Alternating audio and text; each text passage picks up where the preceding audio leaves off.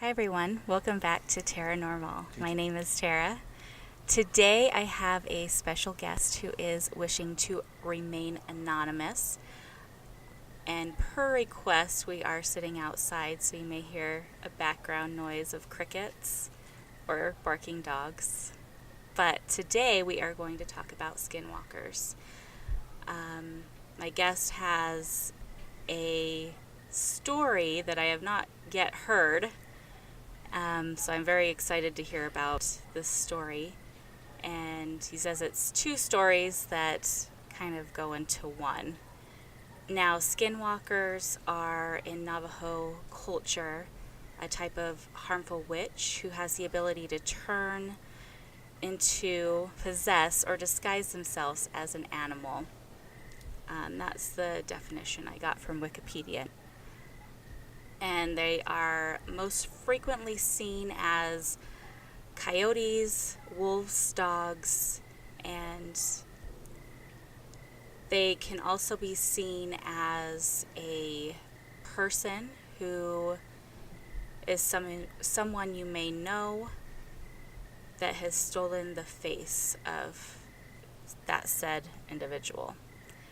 Now, stories that I've come across online, trying to do some research on this, it seems that a lot of these occurrences and stories have happened in desert type areas or more deserted areas.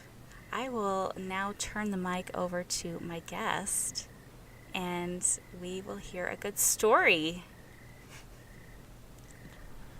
Alright, I'm not used to this microphone crap, but I'll give it a shot. Story pretty much starts back in middle school. I was dating a Navajo girl. She'd come off the reservation in Arizona. It was kind of a taboo for her to be dating a white boy. She'd had somebody who she dated for quite a while, and their families were pretty intent on them being together. So it was kind of like a secret type relationship, I guess you would say. But to get the story started, this guy that she was supposed to be with, or whatever, however you want to put it, kept coming around, was harassing and things like that. And he was still on the reservation. Her family, there was an accident in the family, and she was having a hard time out there, doing poorly in school, and was getting into trouble and stuff like this. So they shipped her to an aunt's house, which was very close to where I lived. But this guy kept coming, kind of pretty much stalking her and things like that. And, constant harassment. And get to the point of the skinwalkers. I was gonna say. Apparently, this guy had contacted a witch or a skinwalker and was trying to get at her, wishing her harm, that type of a thing, because she wasn't showing the interest he thought that she should be showing. But anyways, she was having a lot of problems, having a lot of nightmares, a lot of bad dreams. She'd wake up choking on her own tongue, stuff like that. And I'd wake up in the middle of the night and she'd be knocking on my window, freaked out, scared, crying, and sneak her in, make her feel safe, whatever, But she ended up talking to her aunt and her uncle about the situation. And they proceeded to get a hold of a medicine type man. The medicine man came to the house and was doing blessings, stuff like that. And during the process, he ended up going around the outside of the house during the blessing of this house and buried just beneath the stairs of the front porch. Walked up into the house. There's 3 or 4 steps. There was room under the porch. Anyways, he proceeded to dig up some stuff from underneath of the porch that he thought was there, in which there was some stuff there. There was some couple of bones with what you might call petroglyphs on them, and some other items that were buried under the porch. And apparently it had something to do with them crossing over in and out of the house, keeping track of, or something like that, of whereabouts. That's interesting. And, bad harm with bad thoughts, things like this. And one thing that I always thought was weird was her and spiders. She always took care of spiders. She found a spider in the house, she'd leave it alone. Or if it was a poisonous spider, she'd let it go and put it outside. And I've I heard guess that's like bad luck to kill a spider in your house or but something. I guess they're kind of protectors. And she also told me that having ducks and geese around the house protected from bad spirits. And it would chase off bad spirits or skinwalkers, witches like that, stuff like that, and it would chase them off. Well, she done good for a couple of months. Didn't have no more problems after that. Felt good about life. Was, doing good things and started back up again. Well, apparently this person or this witch had come back and had placed more items underneath of the house, because the first items were found and were taken care of and were gotten rid of in the proper way and this and that. And there was more items buried up underneath of the house that they had came back and they had found. And during this time they were having ceremonies for her and her family, tribal dances and this and that, trying to get rid of these bad spirits, or and they were doing ceremonies quite often, and it seemed like everywhere she would go there was bad stuff following her and stuff like that.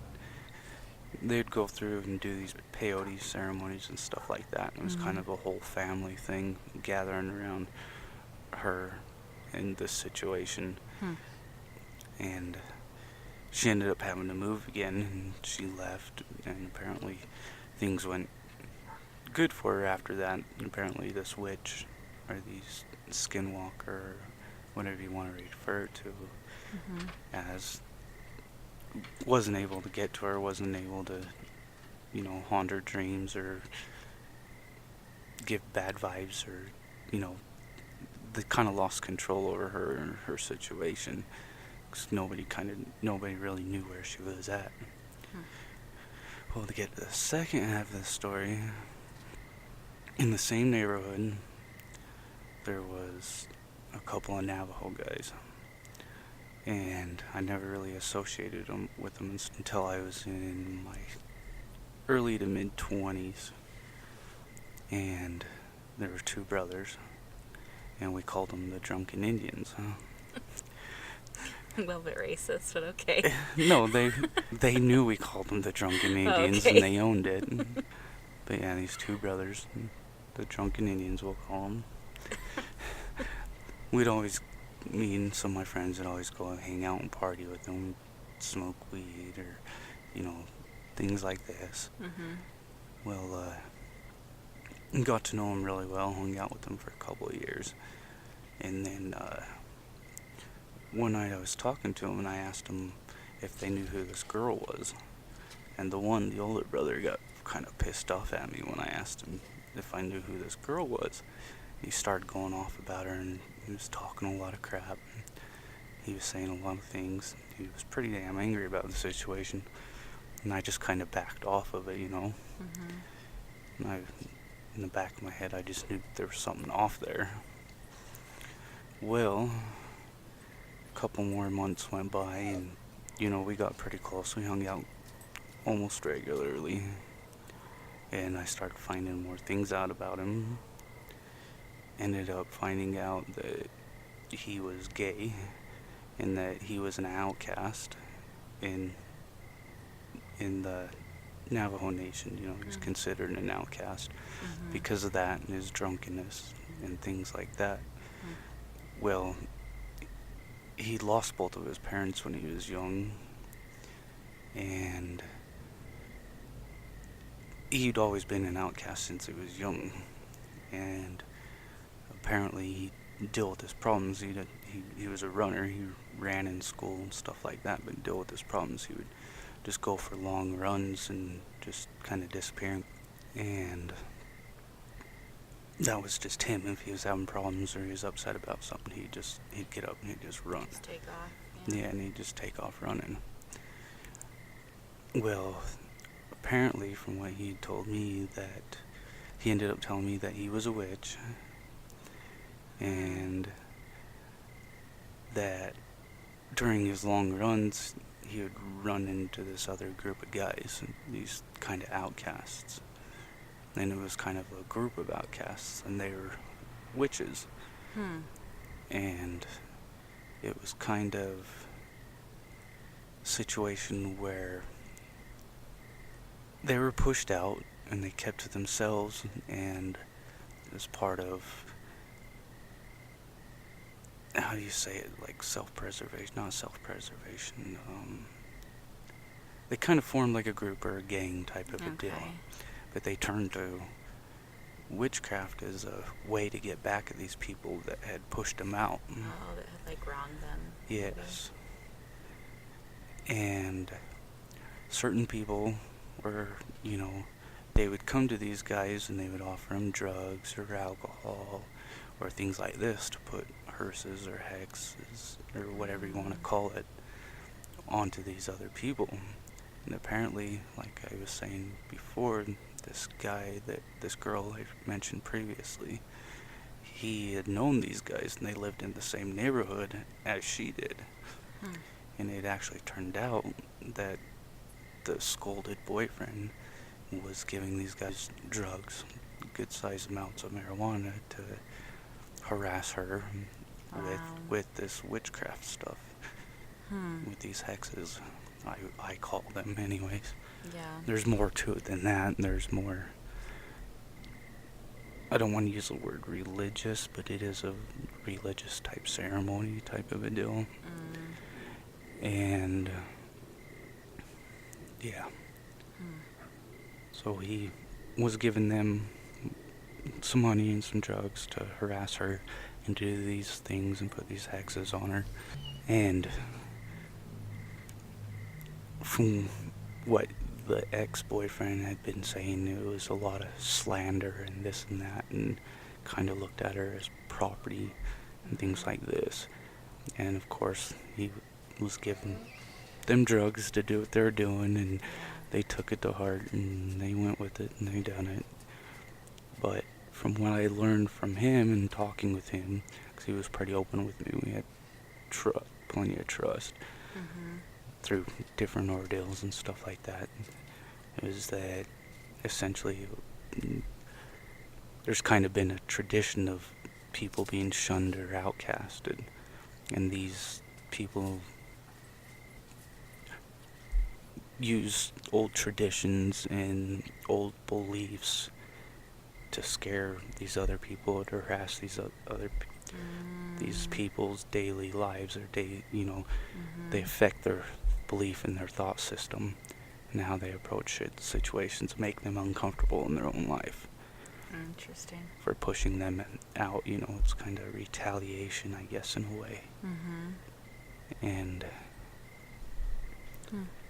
yeah, that's pretty much my story about the situation and what I've learned from, personal conversations.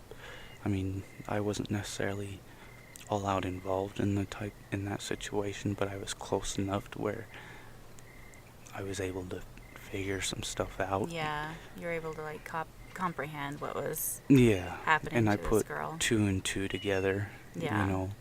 through pieces of stories. And I had first-hand accounts given to me on both sides of it. Yeah. And that's kind of... I'd heard about skinwalkers when I was young, and they gave me the heebie-jeebies, and they creeped me out. And, Yeah. you'd watch your back, or you'd walk in... Because I grew up in the desert, and you kind of watch your back, and it's just always in the back of your head type of situation. But to me, it ended up becoming kind of a real thing, not necessarily something that I was afraid of, or that I am afraid of. I don't fear it no more because I know some truth behind it. Yeah. Were you ever afraid of this guy when... No, I think even amongst his own family and stuff, the two brothers, they were both pretty much outcasts. Yeah. But I befriended them. I was good to them. I didn't lie to them. I didn't, Yeah. I didn't do anything to betray them. And I had no reason to worry about nothing. And what I kind of learned is it's kind of a moral type story, just because somebody's different or they weren't raised in the best of situations, and shunning them out, Yeah. it can turn into a story or not a wise tale. Like a folklore. Yeah, folklore. That's the words I was looking for. I feel like a lot of folklores are kind of based on certain stories like that, like lessons, basically, to be learned. Yeah. Yeah. So. And that's one of the things that you won't read in a book or won't necessarily be told by most Navajos is these skinwalkers are people that they shunned. That's and it comes through retaliation for that treatment, and they use witch or the phrase witch or the phrase skinwalker as a tool for retaliation, pushing back towards these people. Interesting. Yeah, I didn't know a whole lot about skinwalkers or anything in that sense of like the actual people who were doing these spells or whatever, what have you. This type of thing's gone on for generations too. I mean, it's old folklore, but that's where it comes from, and then there's still modern versions of the same story. And there's still things identically happen to this day. Yeah, because when I've read stories about these skinwalkers, I assumed it was pretty removed, from a few generations back and not necessarily present day. So it's interesting to hear a kind of a modern day story and hear that it's still actually being practiced and going on. So it's really... Every human group or human race has its own outcasts.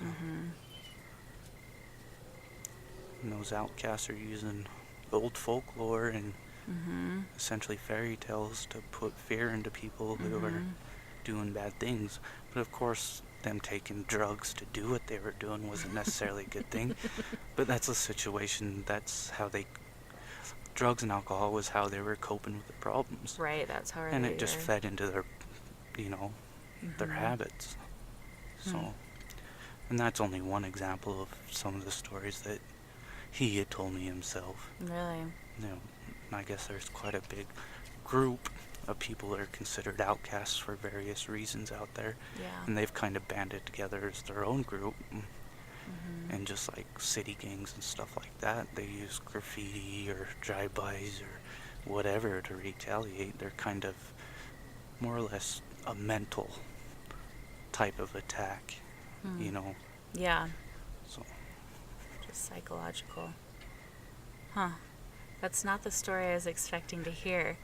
It is what it is.